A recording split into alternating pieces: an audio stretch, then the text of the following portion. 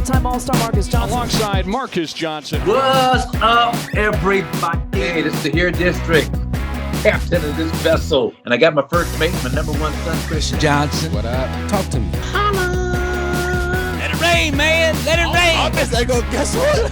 We're going back into the Friday. Can't pass us all the breakfast.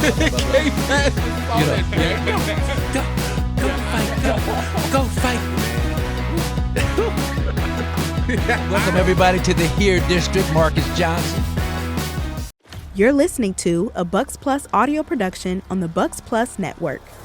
Your weekly pulse on the Milwaukee Bucks, straight from a Bucks legend. This is Here District with Marques Johnson, alongside his son and 1995 NCAA champion, Kris. Here's MJ. What's up, everybody? Welcome to the fantastic voyage. I'm the captain of this vessel, Captain Marques Johnson. Captain Johnson as we speak. I got my first mate, Kris Johnson. What's up, Kris? What's up, MJ? How you living? Everything good? Everything's gravy. Everything is good. Everything's beautiful. And we are, again, I always say this, I'm getting redundant, but we're always, proud and privileged. But this young man, I guess I can say that. It's all about perception and perspective. This very young man is an outstanding writer for the Milwaukee Journal, Sentinel. It used to be the Journal when I played. We had the morning paper, the Sentinel. Bob Wolf covered the team then. Then we had the Journal was the afternoon, evening paper, and that's when we had Tom Enlin and a bunch of really, really great writers. But they combined the two. When did they merge? Jim Owczarski. When did they merge, Jim? How long ago was that? Well, first of all, welcome to the fantastic voyage. What up, Jim? Welcome to Here District. Jim. What's going on? You can see how easily I digress and kind of get off track. But when did those two papers merge? Oh my Do you know? goodness. Do your homework. Do late your homework, 80s? Jim, before you come on this show. Do your homework before you come on this show, man. Hey, we can get into point forward, but I don't. This was late '80s. I want to say Late 80s. Yeah, late 80s. Okay. Well, but you do an outstanding job, and I don't say that lightly, Kris, because I'm always picking the brains of Jim and Eric Name, and they just. I'm glad they weren't around when I played, because they would have been snooping through my trash and all that stuff, like some of the reporters back in the old days used to do, trying to find out stuff. You know what I mean? Legendary. Real journalism. Real yellow journalism back in the day. But Jim doesn't practice that. He keeps it above board. He keeps it legitimate. But man, we got to jump right into it. The Bucks draft, and let me just tell you my perspective, because when the Bucks drafted A.J. Johnson. First of all, love the last name. You don't have to call me Ray. You can call me AJ or Ray J, but you don't have to call me Johnson. But I digress. But again, when I heard that name, AJ Johnson, you know what my first reaction was, Jim? You know what it was? I imagine it was or who? Oh, okay. What? What the hell? John Horse, what? Huh? Did he go to a time machine and hang out with me back in the 80s? What is he on? AJ Johnson. Who the heck is who? And then I read. So I said, okay, well, and how do you pronounce that Australian team, Kris, Jim, that LaMelo played for? What's the name of the team he played for? Illawarra. Illawarra. Illawarra. Okay. Yeah, the Illawarra. Sounds about right. Yeah, it's way too many like consonants in there, and so. But Illawarra, and so I looked up his numbers, and he averaged a whopping 2.8 points per game. Right. 8 minutes per game. Right. 29% of his 3-point shots. A low volume, just over 1 3-point field goal attempt per game. 54% from the free throw line. I'm like, wow. So I said, well, maybe LaMelo had comparable stats. Going over there as a young player, let me look up LaMelo's stats. LaMelo, 17 points, 7 assists, 5 rebounds. I mean, played really, really well against grown men. And so I was a little flummoxed, to use the term. And then, you start doing a deeper dive and you start finding out more about this young man. And then the thing that always sells you or doesn't sell you is looking at the film. Let's go to the tape. So I watched the tape, and man, I see a lot of potential. But Jim, talk about the process, how you found out. I mean, when did you find out, and what you know about this young man from Fresno? Yeah, well, it's interesting. I covered the NFL for half a dozen years too, guys, and the reason I say it is the drafts for these things for us in the media is very much like the fan experience. We are not allowed in the facilities. We are not allowed in war rooms. We are watching on TV, legit like everybody else. So obviously, if you're kind of plugged into folks, but again, it's draft day. Generally, the people you speak to or trade messages with are busy in that moment, and there's so much paranoia about their guy and not wanting stuff to get out. So AJ Johnson, look, the Bucks did meet with him at the combine. I mean, that's one of those sort of mass media spots, right? Where agents kind of talk up their guy. You kind of hear who met with whom, but you never know, how those interviews go or anything like that. So AJ met with them at the combine in Chicago. He participated in the combine, so you got to see him a little bit there. And in terms of how did he look? How did he look at the combine? We don't. So again, we don't get to see a ton, Marcus. Like there's still some like the individual events if they participate, some scrimmaging.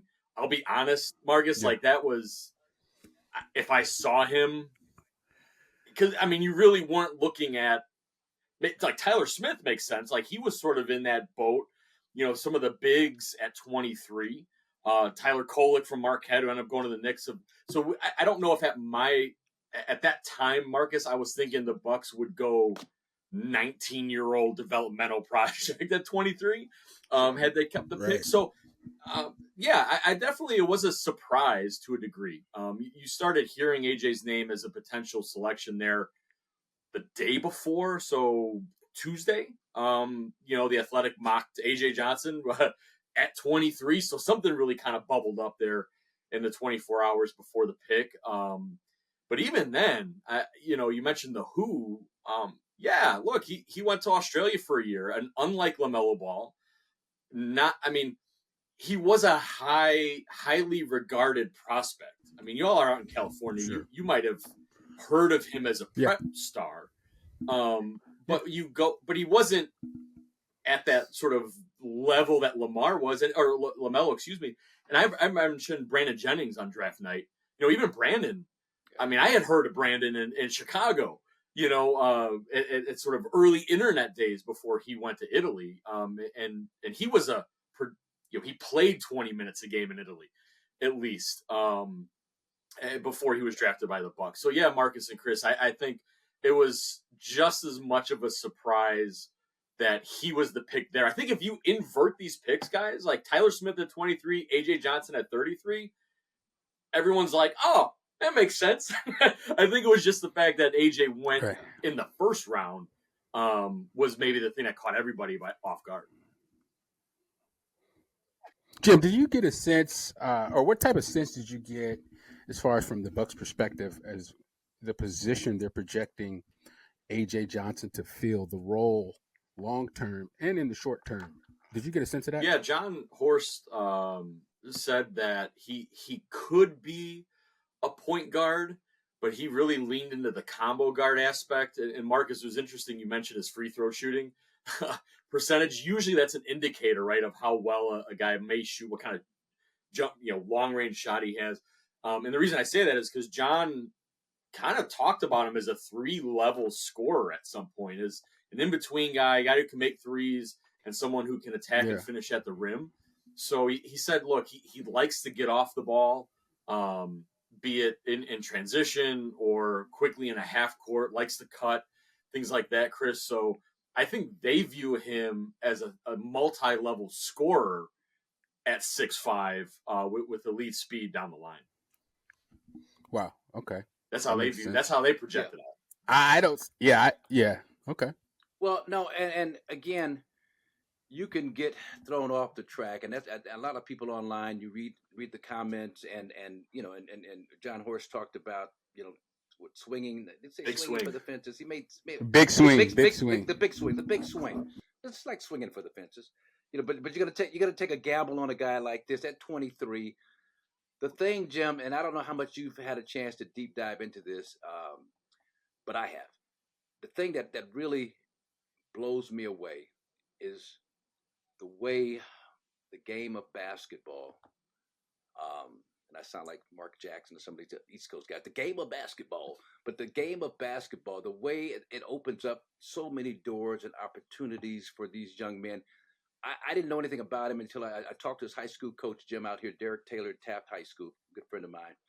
And Derek started giving me some of his backstory. See, I'm an actor, been in acting for 50 years. And so I'm always looking to see what motivates a player. What's the thing that motivates a guy? This young man, this kid, Jim, I mean, Fresno, Hard Knock Life, he and Jalen Green, best buddies. Mike Hill, Chris is a guy that was his trainer and kind of, consigliere, to use a term from The Godfather. But he grew up in some abject poverty, single parent home. Mom had him at a young age, I believe. And Mike Hill thought that Taft High School with Derek Taylor, because Derek was the guy that coached Jordan Farmar, coached Larry Drew Jr., coached the Hamiltons, Isaac and Daniel Hamilton, who never made it big time in the NBA, but great college players. But Mike Hill thought that Taft would be the good school for him. And Derek was just telling me how this young man came in as a sophomore, I believe, 6'2", 120 pounds, dripping wet. Didn't play his sophomore year because of COVID. Came back, played his junior year. But what he told me was that they live from motel to motel, just one of those existences that you just can't even fathom. But he said that this young man, and I'm almost going to bust a tear here thinking about this, never brought any negative energy into the gym ever. Never talked about his dire circumstances. Always kept a positive mindset. Derek talked about his mother, not college educated, but introspective, and was a person that kind of helped fuel him. And he just talked about his work ethic, just lived in the gym, needed a lot of work, but he had a handle. He had a handle. He could dribble a basketball, and you could see it in the film. He could get to his spots, get where he wants to go. He slithers through small openings. And so from that standpoint, Jim, when I see that in a young man like this, first of all, I'm always so enamored for them and this the sudden riches that you come into, because his family needs it desperately. But I just think the Bucks have themselves a young man that's going to come in and going to fulfill every ounce of potential. Now, is this something that you had talked to any of the Bucks people about, you are aware of? What's your take on that? Yeah, it's interesting, Marcus. No, we unfortunately the timing of all this, we didn't get a chance to go deep dive into that. I mean, and that's great background and intel, and those are on the list, like Tyler Smith's coaches and coming up. They're sort of on the okay, when can we get a hold of these folks? But what I will say is John Horst several occasions mentioned the interview process with AJ. And his thoughtfulness, his mentality, and the fact that, and I think this plays, so you just sort of educated all of us here on the high school aspect, then to decide to go to Australia. Look, he could have been a pro at Overtime Elite and in the G League Ignite, like his new teammate Tyler, right? He could have done that. Yeah. He is young enough. It's the NIL. He could have a 7-figure deal playing at Texas, right? So there was a decision made there to go to a professional league. And I'm not, look, I understand there's levels to this, right? And if he were in Europe or, one of those leagues, it's probably better, right, than with air quotes the NBL, but it's still a pro league, right? And as John said, they learned something by the fact that he went there and, unlike a LaMelo, didn't play, didn't have the success maybe he thought, or maybe people sold him on, whatever that may be.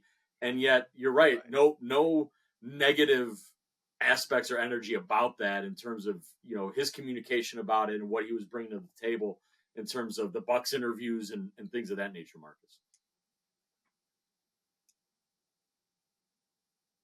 Yeah, and his coach said that his skill set was astounding as a 14, 15-year-old, and he just needed to clean up some things. He said he can over dribble at times. He's really good off the bounce, but sometimes he can dominate the ball. Needs to be a little bit more efficient with that. But I was just really impressed with that. Go ahead, Chris. No, I think the big thing, though, when you see this guy, you have to look at the NBL.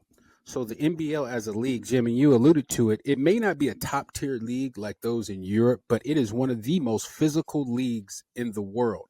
So those guys will beat you up. Those guys, those Australians, they don't play. As you saw with Alexander Sarr, his number, the second pick in the draft, Sarr's numbers were a little skewed. It wasn't as impressive as he was over in the against the G League team. He looked great over here, but when he's over there in the NBL, it was hard to get a good read. I think the same thing happens with AJ. The thing I do remember Horst saying about Johnson was that he does have a defined elite skill set, and that is speed and athleticism. I saw him for the first time as a freshman out here at King Drew High School. He was playing on the AAU circuit. He was this 6'2", about 120, 125 at the time, but you saw like a long-legged, long-arm, bouncy, live, young dude. He was always been younger than everybody and played up, so he understands competition, and he also understands through Jalen Green how to be a pro. He knows how to work. He understands the mentality, the attitude. And so those are all the factors that I see in this young man to go along with the long arms and the potential. Like, dude, get him in the gym, lock him in the gym, shoot 1,000 shots a day, and the Bucks definitely will have them something very soon here. I'm a big wingspan guy. He's got a 6'8" wingspan. And then Chris, the Truth was a team that he played for, right? Paul Pierce's AAU team here in Los Angeles? Yeah, for a real quick time. Yeah, it was the Truth. Okay. Yep. Okay. But so Jim, I mean, in terms of the Bucks and kind of the scuttlebutt out there, I mean, are people starting to appreciate this move, you think, or is it still a lot of pushback on, we're a win now team, why would you, swing big for the future? Yeah, it's interesting, Marcus. It's sort of a split to a degree, because there is a segment of the fan base that is very concerned about 2030, and the fact that the Bucks don't have a pick in 2025, they don't have a second round pick till 2031. It's an older team, so there are, and so look, to Chris's point, this athleticism, this elite speed, that's something that John Horst says, like, only Andre Jackson Jr. has that on the current roster. So there are, I think I think AJ maybe pacifies, if you will, that group of fans who are like, what are we going to do in 3 years? Now, for the Bucks they're expecting to win a championship. Marcus, you're supposed to be on a boat, on a thing, whatever, down the parade in June, right? So yeah. Right. Take my shirt off and like shooting water. Exactly. I can't drink beer, but shooting water. I don't know. For some reason, I thought like the parade should go down the Milwaukee River. I think that'd be cool too. But anyway, tell Peter Fagan that for the next one. But like for the win now aspect, you're right. Like they don't look. I know people want to make comps to Tyrese Maxey. It's easy. Played under Doc. I think it's a little bit of apples to oranges. Tyrese was 200 pounds as a rookie. Yeah. He played 35 minutes a game at Kentucky as a freshman. I think the baseline there is different. And those Sixers weren't these Bucks, right? So I think for the win now fans, it is a little bit of, okay, we get it, but does that mean Andre Jackson Jr. starting next to Dame? Does that mean they only got a couple of free agent spots? Do they kind of have a good idea? Marjan Beauchamp? Yeah, Marjan, right. I mean, right. Marjan or Andre, right? So is that what that means? So I think for the win now group, it is a little bit of, okay, like, let's see what else happens, and then kind of make some assessments there. You mentioned Tyrese Maxey. A quick Tyrese Maxey story. He played at the Top 100 camp in Virginia, Chris, Jim, and he was on, my son Cyrus was on the same team. When you're an NBA player, you get your kids in to that camp with no problem. So I got, Cyrus kind of legacied into that camp. He may have had, he says it was more, but I say 2 buckets the whole camp. Tyrese Maxey assisted on both of those. I always tell Tyrese Maxey, I always remind him of that scenario and tell him, thank you so much. I got what I'm on good video. Looking. Well, good looking. What I'm on video. Like, we appreciate you hooked my son Cyrus up down there. Oh, yeah, I know Cyrus. How he doing? Like, he's doing good, man. He's doing good. We appreciate but so my comparison, again, Anthony Simons, because I saw Anthony Simons, and this is another story. Bear with me. I saw Anthony Simons doing a pregame workout. It may have been the COVID year. I forget what year it was when he was a rookie, and it may have been COVID. But anyway, he's working out. He's got this handle. I mean, I'd never heard of him. You know, Anthony. I know Anthony Hardaway, a good friend of mine, worked together in Blue Chips and all that. And so that was a good story. But then I watched him with this handle get to his spots. He had a really smooth way of getting his spots and a really solid shot. So I mentioned on the air that night that this was going to be a future star in this league when we played Portland when he was a rookie. He didn't play a lot. Flash forward to this season, we're playing against the Blazers. He's hurt with the hurt hand or something going on, so he's not playing, but he's working out.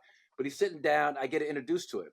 And so I tell him, man, look, I saw you as a rookie. I started blowing you up on the air, talking about how good. He's like, yeah, my mom and dad told me this Milwaukee announcer really likes your game, man. This Milwaukee announcer, all he did was just talk about how good you was gonna be. That was you, huh? I was like, yeah, that was me, man. But hopefully now we can't go. But real quick, Chris, we gotta touch on this.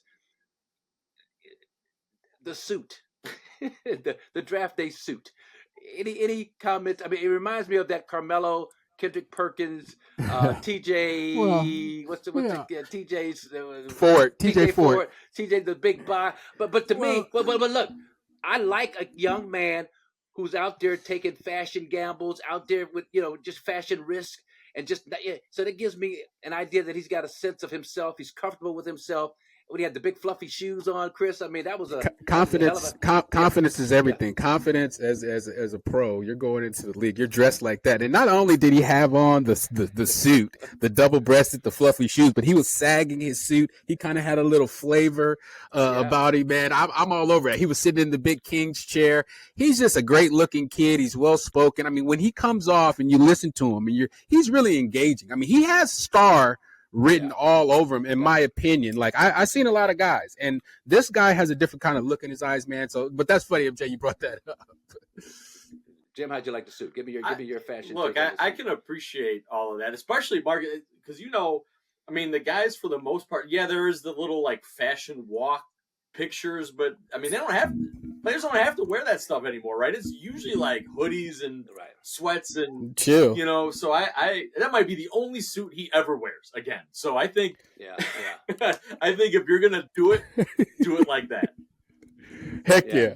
Yeah, and when are we going to stop trying to fit a baseball cap on like these big, huge, ginormous the baseball cap just barely hanging on. But I guess it's just a tradition that you just can't let go of. But we wish him all the best. And again, just quickly back to his high school. So he played his junior year at Taft High School, played for Derek Taylor, and then his senior year, he was convinced to move out to Simi Valley, Jim, to play for Donda, the Donda Academy. That was Kanye West had opened up a new academy out here in Southern California, and then it shut down. It closed down. So he's been through some stuff, some disappointments, and to continue to have. And the one thing Derek Taylor said was that he is no energy vampire. He's not going to suck the air and the energy out of the room with his it's all about me and look at me and all this stuff. I need attention, high need, all that stuff. That he is just such a really well-balanced kid, and especially considering what he's been through. Hey, real quick, I just wanted to get Jim's thoughts finally on AJ. Do you think that, like, how much time do you think he'll spend in the G League this year, Jim, as opposed to the big club? Like, will he, go down? Like, you get any sense of that? I mean, I can only go by the history of the team. And Marjan Beauchamp, Chris Livingston, I guess players you might most recently compare. I think Andre Jackson Jr., national champion, 3-year starter at UConn. No real need for him to go play with the Herd. But Livingston and Beauchamp did kind of spend that time, right, going back and forth, getting minutes. I do think they want AJ around Dame. I think they for sure. I mean, Marcus just went on the kind of told us about Anthony Simons. I mean, that's literally Dame, the under the wing thing. Bring Anthony in and really mentor that young man off the court as well as the on the court stuff. So I think the Bucks have to find that balance. Like, he's probably going to play more for sure with the Herd. And it's just, okay, what's more valuable in this moment? Getting a couple practices in with the Herd, because as you all know, the Bucks aren't going to practice very much once the season begins, versus the bus trips, the plane rides, the team dinners on the road with the vets. Yeah. Right. So I think that'll be the usual push and pull that the Bucks face with these young guys. Yeah, well, we're looking forward to just kind of watching him grow and develop. And the one thing that he has is some time on his side. I mean, you can be patient with a young man like this, and it's good to go to a veteran team that you don't need his contributions to be successful. And so there's no pressure, and it's all about advancing and getting better, Development at your own speed, at your own time. And we're not locked in trying to get you there this year. We need you this year. So from that standpoint, I think it's an excellent pick. And my mind has been changed from that initial draft day kind of like, who, what, now what's going on here? Let me do a deeper dive to find out. And once I did that, I fully understand why the Bucks and the guys who make the decisions were so enamored with this young man. So now, and a lot of people have said this, that you could almost swap the first and the second round and it would make more sense. But Tyler Smith, talk about Tyler Smith, the Bucks' second round pick at 33, Jim. What do you know about him? Yeah, so Tyler, played domestically, right? Started at Overtime Elite in Atlanta, and then the G League team, the Ignite, which he's the last one. I mean, or his team is the last one. They're disbanding that now. They didn't win a whole lot. I think 2-35. I mean, terrible. 7-45. 7-45. Okay, it was not great, but what Tyler did not great, not great. Oh man, dang! You throwing my boy Jay Hart under the bus, MJ. Well, I mean, it's dang, MJ, throwing Jay Hart under the bus. 7-45. Oh man, but it's all about They just needed 37 more games, Marcus. They would have figured it out. 7-45. Go ahead. Sorry, I digress. No, so Tyler, obviously same concept, right, as the NBL. Like the G League is full of, either NBA players, like Glenn Robinson III, for instance, was playing on the Herd, Chris Livingston, Marjan Beauchamp, guys like that, other younger prospects, that are getting ready for the league, if not already in it. And so what Tyler showed, I think that the Bucks really liked was an offensive shot. Like he projects as a true four or traditional power forward ish. I think he's 6'9" without shoes. No one plays barefoot, so 6'10", almost 6'11", 7-foot wingspan. So there's some like rim protection potential there, but also real athletic. I mean, he's got the same vertical as AJ Johnson at 38 inches. Some of his combine measurables were pretty quick. So they think he can get out and switch, out on the perimeter if need be, which obviously the league is moving in that direction. I think 37% guys on catch and shoot threes. So kind of your floor spacing offensive player. His around the rim stuff, not great. But again, you're talking about a 19-year-old. So, there's always going to be room to work, room to improve things. And I think that's probably one area. Milton Newton mentioned finally that he's another guy, add some more weight, and again, kind of looking at a year or two or 2 or 3 down the line. Yeah, it feels like, with these two picks, the Bucks really, they gambled on some guys that they feel like are going to hit. Like Tyler was the top 10 recruit coming out.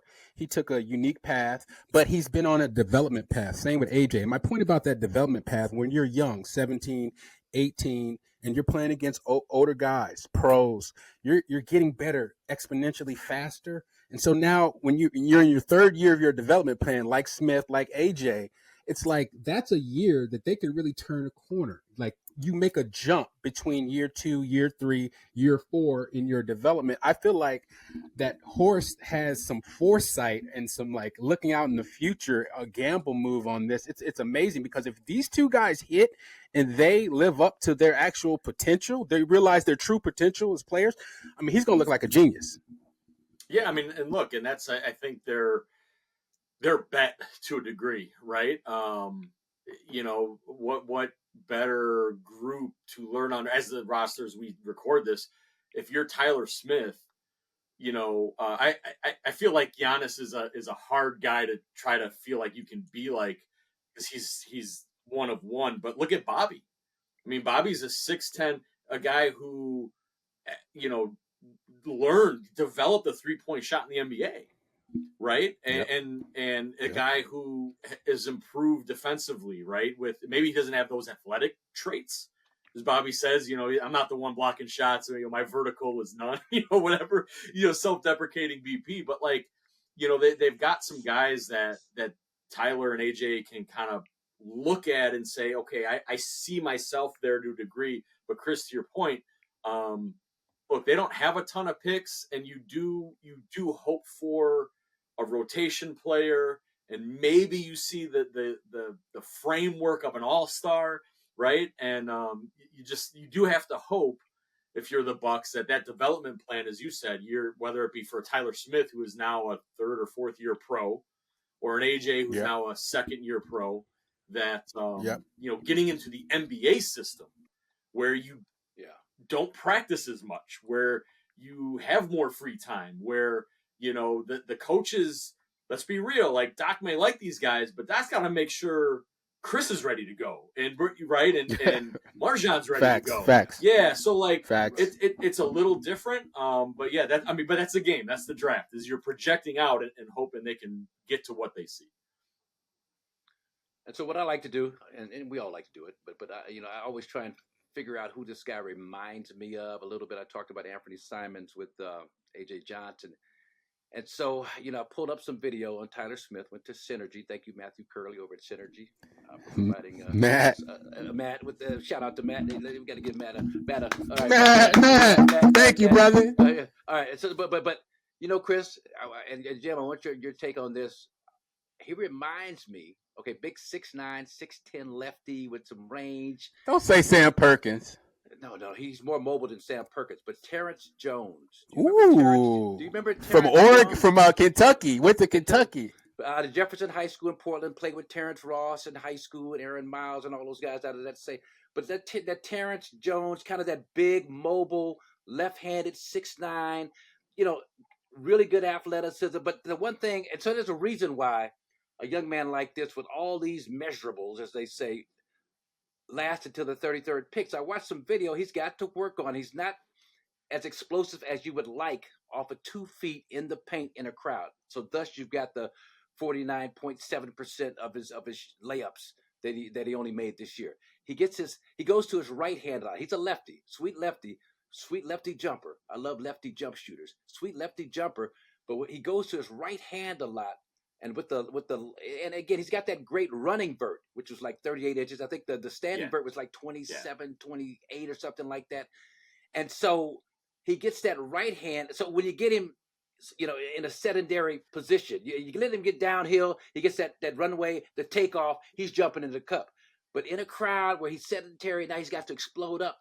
He's not quite as effective. So he's got to figure out kind of where his buckets are going to get in those kind of scenarios. But to me, that's the reason why, as a cutter, he was in the 24th percentile, which is below average. Transition, he was excellent, and the spot up really, really good. He's really, really good post-ups, which I was happy to see. But, he's not a finished product, thus the 33rd pick, so there's got to be some work put in. But I do like the potential and the aggressive mindset offensively. He's looking to score pretty much every time he gets the basketball. So, I don't know, Jim, you got any input on that? You do fine if you don't. Yeah, well, I mean, look, it's again, you are, as Kris mentioned, you're sort of betting on the potential and what they could be. And of course, everyone's looking for the Hall of Fame comp or the All NBA comp. I actually respect wildly that you brought up a guy, Terrence Jones, who played 7 years in the league as a rotation. Yeah, best season average 12 and 7. Yeah. I mean, he had a couple of years of double figure. It's double figure for his career, 10 and 6 look, or something like that, which is that's solid. not always what fans want to hear necessarily. But the math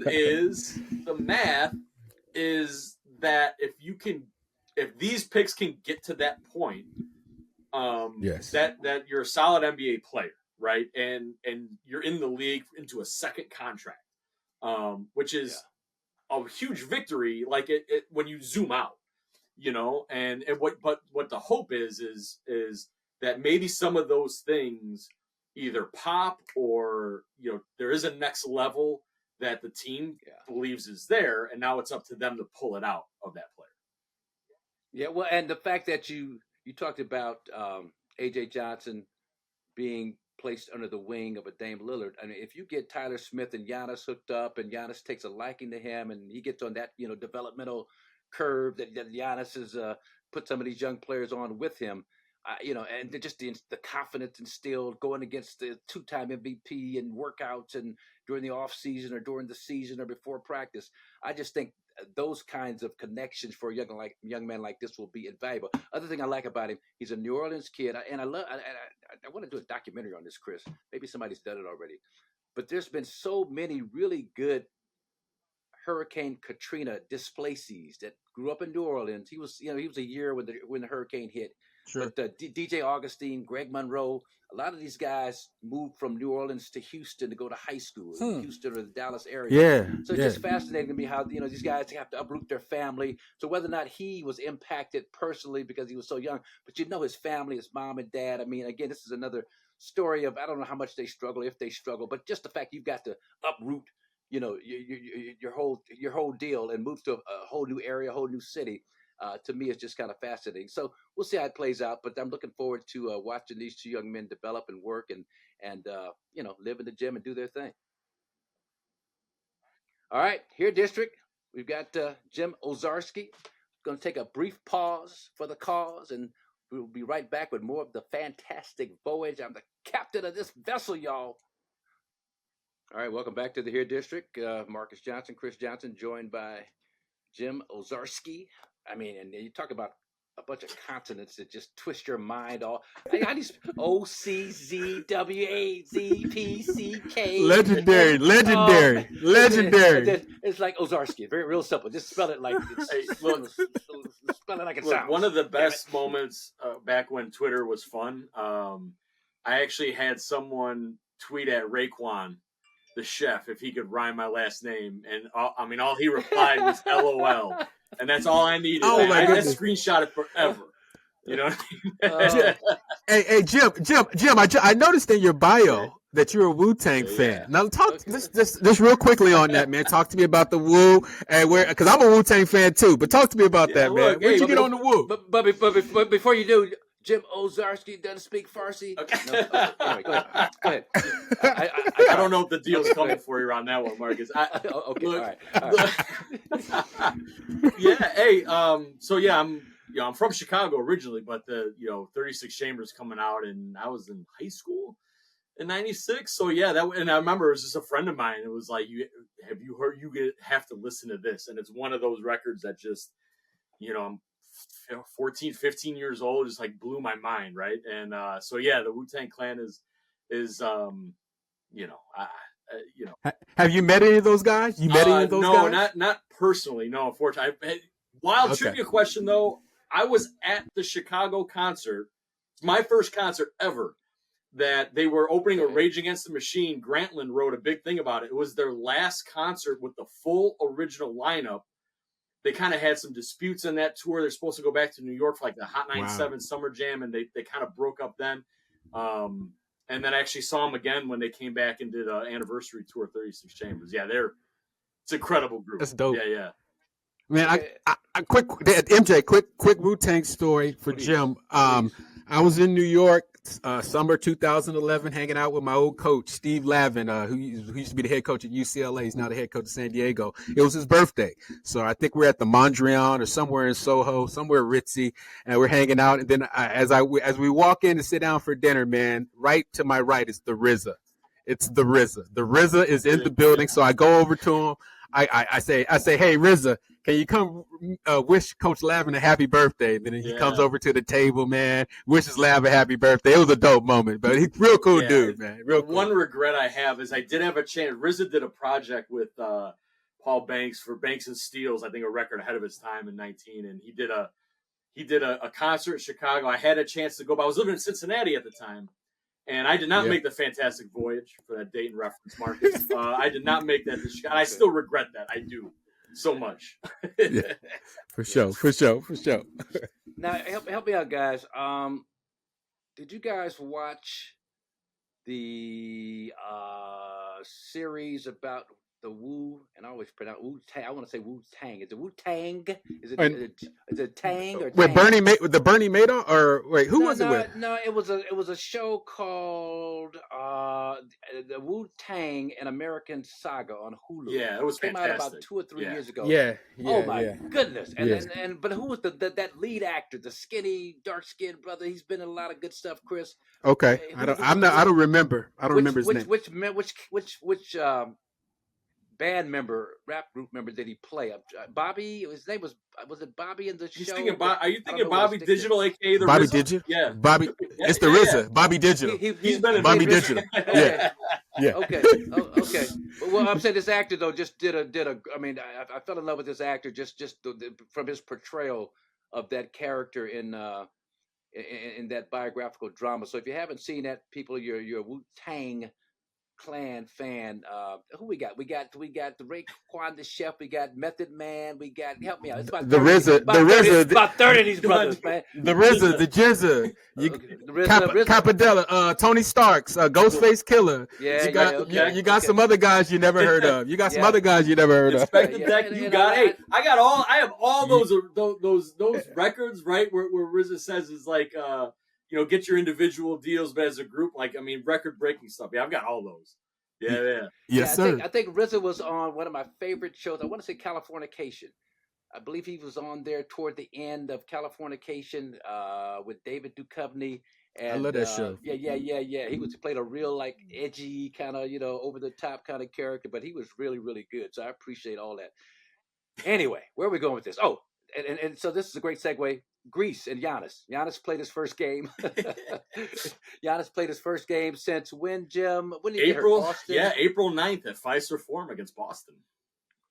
Now, what was your personal feeling when? Because there's been a lot of pushback, and we've talked about this about him playing, international basketball after the issues that he had with that soleus muscle above the calf or below the calf or whatever it was. What's your feeling about that? Yeah, I mean, at first you'd like to think that Bucks fans are Bucks fans and they would be saying these similar things if Giannis was playing for Team USA. But that aside, no, I mean, look, Greece has not been in the Olympics in men's basketball since 2008. They've never medaled. It's clearly something Giannis feels very strongly about. It's one of his career goals is to get Greece into the Olympics. Without him, last summer he had knee surgery. They did not automatically qualify, so they've got to kind of go through this little tournament here, which really the only impediment is Luka Doncic's Slovenian team. So we'll see how Luka is going to play, and if Luka and the Slovenians win, then Giannis's summer's over. And he could train. But if Greece wins, he's going to be part of the whole Olympic game for about a month or so in Paris. Will Slovenia be in if they lose? Are they in already? No, this is it's a must-win situation. And obviously Luka has been in shape and just got done with the finals. We'll see what he's got left in the tank. Slovenia is a pretty good team as it is, so not to discount the other teams in this qualifier, but those are really the two guys. But I would say in general, though, Marcus, Giannis is gonna have to play. Everyone knows this. We may not see it; they might not put it on Instagram, but NBA players are getting their runs in, and they're playing against dudes. Now, what makes FIBA different is there are stakes. And it's a physical game. Whereas the run in LA, guys aren't going to knock you down when you go to the rim, right? They're going to let you finish safely. That's not the case. Great point. Yeah, so that'll be the one concern for fans. But I think in general, look, he's going to play. He's got to play, and I think it's good that he's healthy enough to do so. Yeah, quick story about the runs in LA. So Chris is playing against Kobe Bryant, and Kobe's after his first year. Chris, I love this story, and so they're going at each other. Chris is holding his own. Kobe's holding his own. Kobe's like all of 18, 19 years old. Both of them. But Chris, he's a year younger than you or something like that? Kobe like 17, 18. Yeah. 17, 18. And so Kobe, I'm right there. And I'm there, Jim. I'm there watching Magic. Everybody's there. Men's gym, full pack. And so Chris guarding Kobe. Chris does something. Kobe calls a foul. So Chris is like, that ain't no foul. That's a bunch of BS. He used the road, just bull flink, bull feathers. And so Kobe's like, that's a foul. So Chris is like, yeah, Chris started talking to him, and so Kobe was like, I ain't afraid of you. I ain't afraid of you. So Chris starts coming at him, and so Magic's on the sideline going, Chris, Kobe, come on, y'all. Chris, come on now. Chris, Kobe. And I'm on the sideline because I know my son, Jim, and I know that if he breaks Kobe Bryant's jaw, no, I'm just saying, if he would have swung on Kobe Bryant, he would have been the most vilified man in Los Angeles. He talk about he had been canceled. He'd been like, well, I was a competitor, but Jim, what my dad did tell you. So I after all that happened, it was one of my most eat crow moments of my life.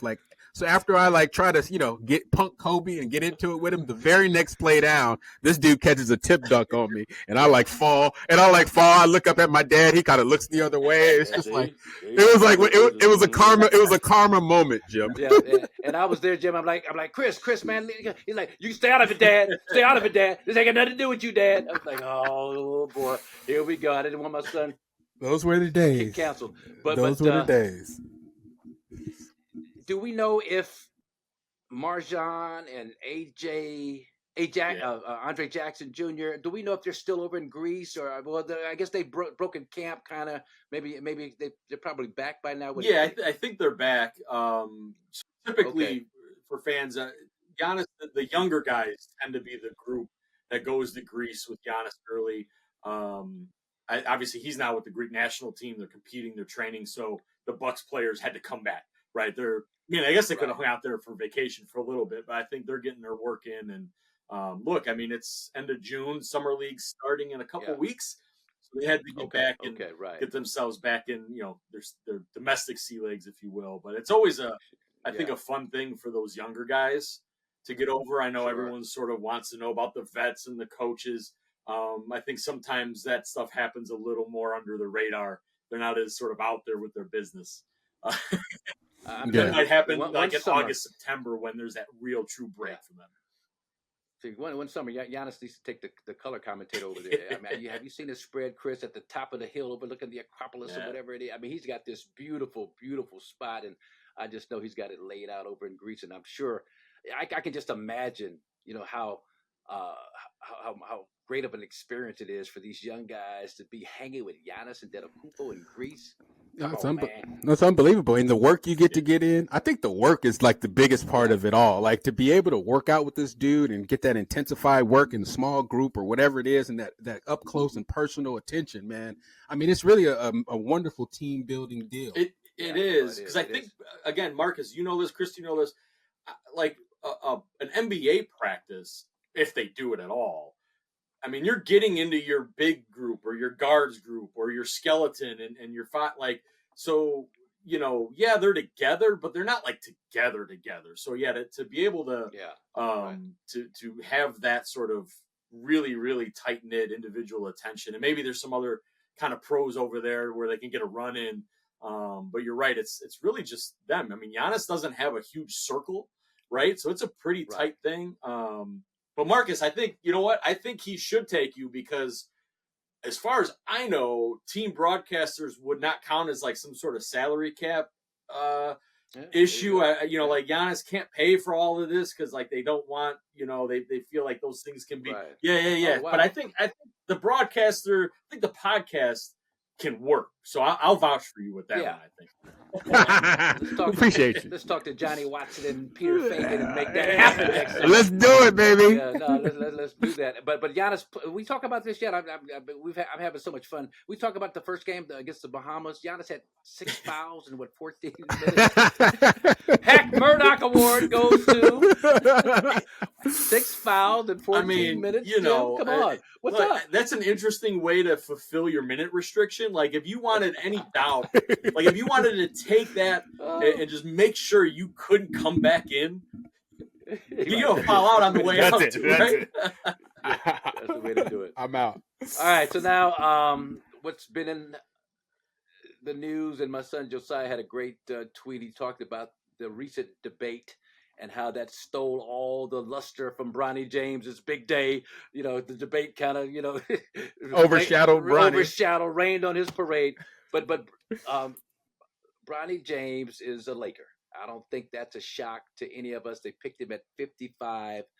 And it's not like they picked him at, 28 or 32 or whatever. I mean, 55, you're getting into the Mr. Irrelevant area of the last pick in the draft. And I'm not in the minority. I've heard a couple other guys say it, but I just like the skill set defensively, first of all. But when you think about, we talked about Giannis and the benefit of these guys working out with Giannis, who goes at it harder than anybody. But to be able to work out with LeBron, 24/7, to be on the same nutritional program, any other program that he might be on, may not be on, but you're on all these elite level training programs, and you know what I mean, Chris? I mean, can you imagine? LeBron spends $1 million a year on his body, right? On his strength, conditioning, his oxygen in his blood, his nutrition. So you mean to tell me that Bronny and Bryce aren't getting the same treatment? Yeah. Look, I know there's been a lot of scuttlebutt about nepotism and Bronny's taking a slot from someone more deserving. I disagree. I think Bronny is deserving to be the 55th pick in the draft. We're not talking about lottery, not talking about first round. You're not even talking about early second round. You're talking about one of the last picks of the draft. No one really remembers the 55th guy. There's only been like 4 dudes or 5 dudes ever that have really balled out in these type of picks. Yeah. So, I understand it's LeBron. So you're going to be up in arms and there's going to be that natural hater rate. But gosh, for me, this is a kid that had a cardiac arrest situation and is a great kid. And he came back and he did his best and he's humble. See, the thing, he's not some spoiled NBA player's son as far as what I get from Bronny. So for me, I don't really like how people hate on him a lot because he doesn't strike me as a bad dude. What you think about the whole situation, Jim? Yeah, I mean, well, clearly this was going to happen, right? As soon as it became clear that LeBron James Jr. could play again, which in and of itself is a tremendous thing for him. And who knows what his long-term prospects are health-wise, right? Like if this was one of those things where they don't know if he can play professional sports till he's 30, do this now, right? But that aside, you're right. I mean, like it's the nepotism thing is as Woj said on the broadcast. I mean, it's from ownership down to, equipment level guys and front office people. Like, so that is what it is. I mean, what better pod to be on to talk about this? Like Marcus, think about it. No, seriously, like Marcus, like Chris, what would that have been like if Marcus is at the end of, you're playing in LA with the Clippers and they could draft Chris? Like what? Like, hey, that's cool as hell. Like even just as a storyteller for me. And I couldn't imagine it. Don't do it, Chris. Don't do it. A father, don't do it, Chris. Don't do it. Now I can see from the Suns' perspective, from LeBron James for Bronny, it is going to be tough. Like you're already carrying your father's namesake. You are now on the same team. You are now on a team that expects to win titles. These are all things he can't control. That is now thrust upon him. That no other player ever has had this. So, but again, that he didn't choose that, but he did choose to be a basketball player. So, I think that's the one hard part about it all, but I think it's great in general. Well, and I understand your point about it being tough. And by the way, that actor I was talking about, his name is, I want to get that played Rizza, is Ashton Sanders. Okay. He was in Moonlight, a bunch of Judas and the Black Messiah, and Native Son. Did a lot of good stuff. Ashton Sanders is really good. I had to give him that shout out. Great job, Ashton Sanders. Thank you, Ashton Sanders did a good, tremendous job. Thank you. But to your point, I mean, so I'm reading something about somebody, and the name, is it David Tellum? Yeah, the Tellums, yeah. Detroit. Okay, Detroit. So I see David Tellum. I go, Tellum, okay, got his son a gig. Okay, Malone, the coach is Denver. Brendan Malone is one of the best assistants in the history. Detroit Pistons, Chuck Daly. Yeah. You could just go on down the list of guys, the Bickerstaff and Wes Unseld Jr. and This is not, It's the NBA, but it's the NBA. This is normal practice in the NBA. It's its own entity. That's why I try to explain to people. Yeah. You can't look at the NBA like it's some regular place, like some regular, regular job, like you're hired at Ford. Oh, he's hiring his son. It's not the same thing. They move with their own set of rules, just like they can hire JJ Redick with no coaching experience and just not bat an eye. It's the NBA way. So that's the part of it that kind of bothers me. You got to look at it in context. This is the NBA, man. This isn't some regular job. And a quick story, tasteless story, but a memorable story. Oh boy! I'm at UCLA, and I go to one of our doctors, and he's got a son that they're both proctologists, right? But I don't go to him for a proctology thing. But the doctor, the father is like, well, drop your pants, let me examine you. So he puts on the glove and the KY and examines me, and then tells his son, hey, son, this is kind of weird. Put a glove on and feel this. And then son comes over, puts on the KY, he jams it up, and what the hell? And I'm sitting there just kind of like, what's going on here? I mean, this is like the weirdest kind of father and son tag team thing going on. I digress. When you start talking about nepotism, father and son. That's an absolute true story. I swear to God. But anyway, but you talk about Bronny and how tough it's going to be, and I understand. Am I going to get counted, Chris? No. That's funny. Okay. No. You talk about Bronny and how tough it is. And but this kid's been through what, heart issues, open heart surgery. This It's been tough on him. Chris will tell you, we had a whole show, Jim, a couple of episodes ago, and my sons were all on there, Josiah and Joshua, who's a tremendous young actor now for BET, and Tyler Perry.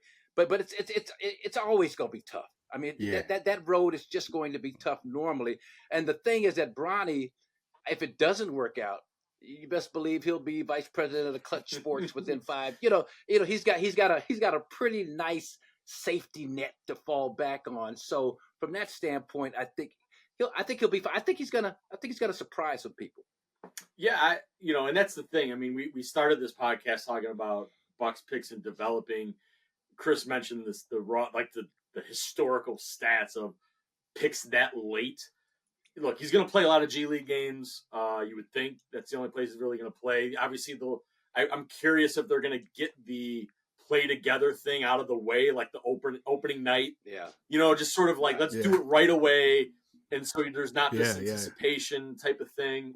With Jeannie Buss sitting at midcourt, Jeannie Buss, whose dad was a pretty popular runner in the NBA. We're talking nepotism, since we're talking nepotism. Yeah, so let's not forget that. Like the basketball. Let's not leave that out. Yeah. The basketball side of it, I think, once all of that is over with, and not to rush that process for Bronny, but I think that'll be the one thing that's like, okay, we got through summer league, got through training camp and the preseason games, and then the first game playing together, and then because look, LeBron wants to win a title, right? And sure, while I think he had that tweet a couple years ago, like Bronny's better than. Nah, I mean, he'll realize pretty quick, I think, that no, Bronny needs to get his game developed. The Lakers need to do their thing with their new head coach. But in general, though, I got Chris, you're right. The NBA is a different kind of league in that way. Obviously, we've seen it in Milwaukee to a degree with not just Giannis and Thanasis and Alex in the organization, but I think, this team, the Bucks have had, I mean, look at the Dunleavys to some degree. I don't think Mike Jr.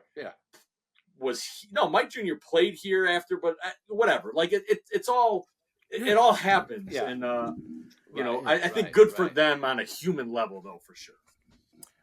And I think the biggest, like Jim, you just alluded to it. One of the biggest gripes that people have about this particular situation is that LeBron was outspoken, tweeting and putting on Instagram that Bronny's better than some of these guys before Bronny was ready, Jim. Like that is probably 90% of why everybody is so disgusted, or people are expressing disgust about this move, because you saw it coming.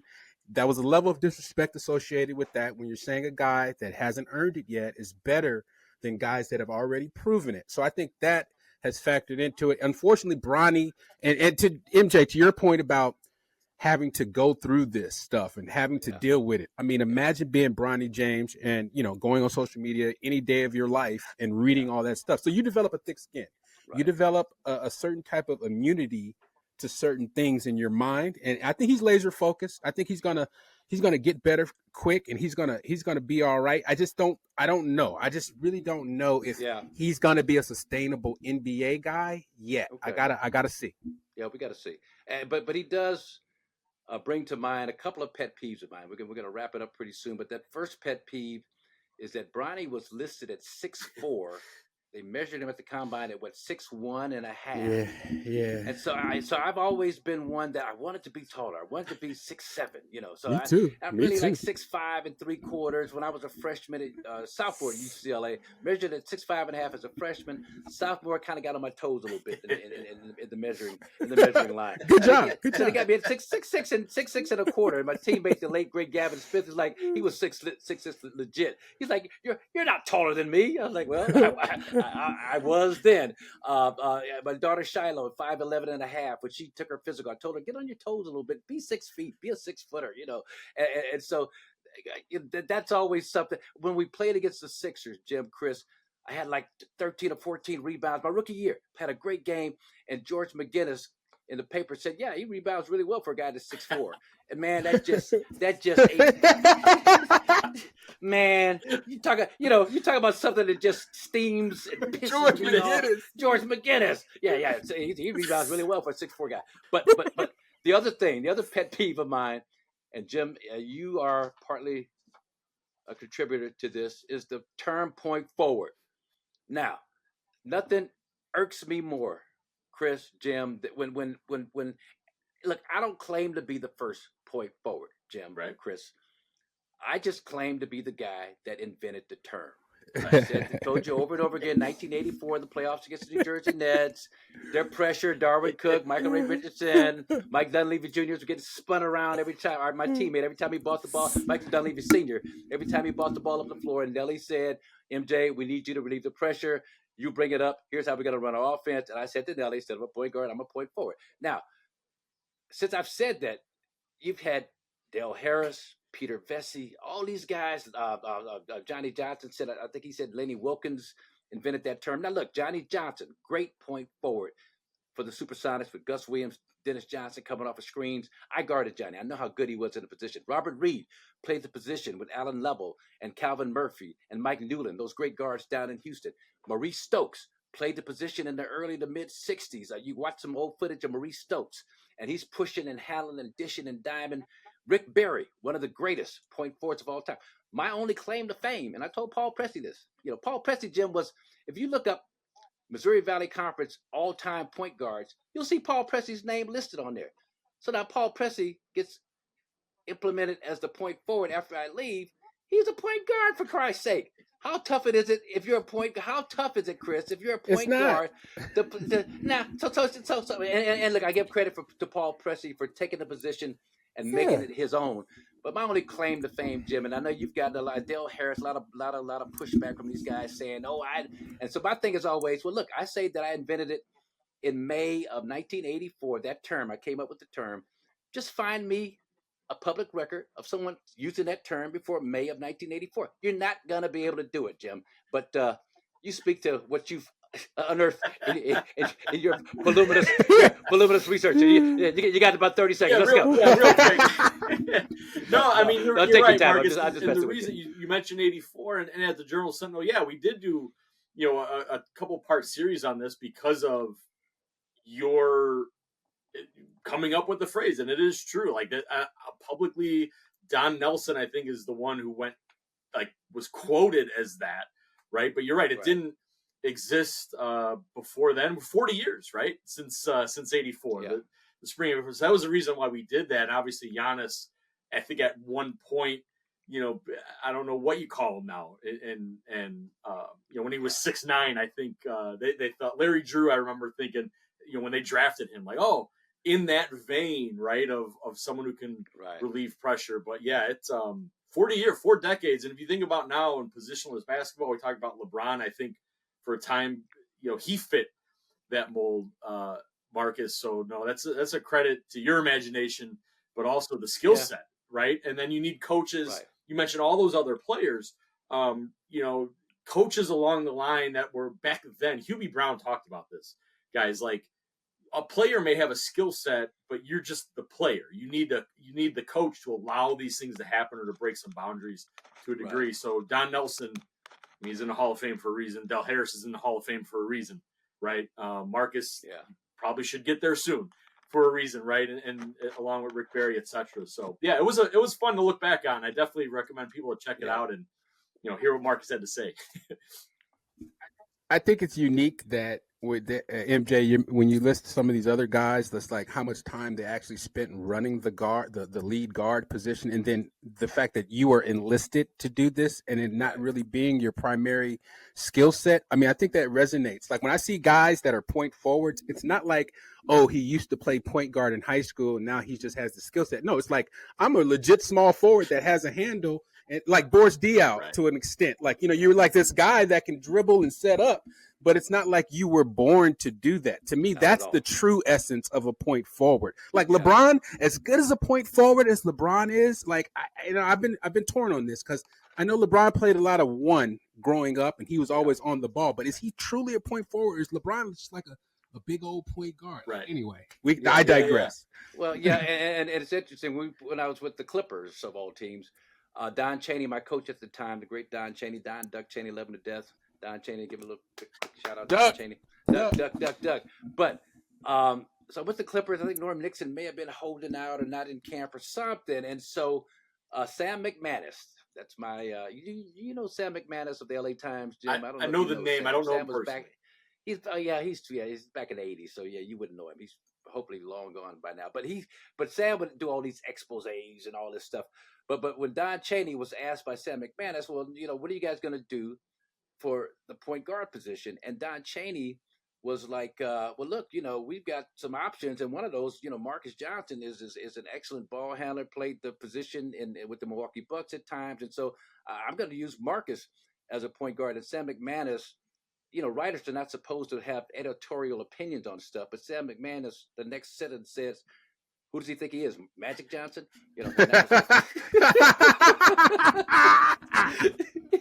Who does he think he has? Magic Johnson? Wow. Come on, yeah. But anyway, so that's why it's a sticking point. But it's all good. I appreciate the contribution that I had to the position, and it's been all good. But Giannis, back to Giannis. So talk about, again, I gave you my rap lyric, Owczarski, and doesn't speak Farsi.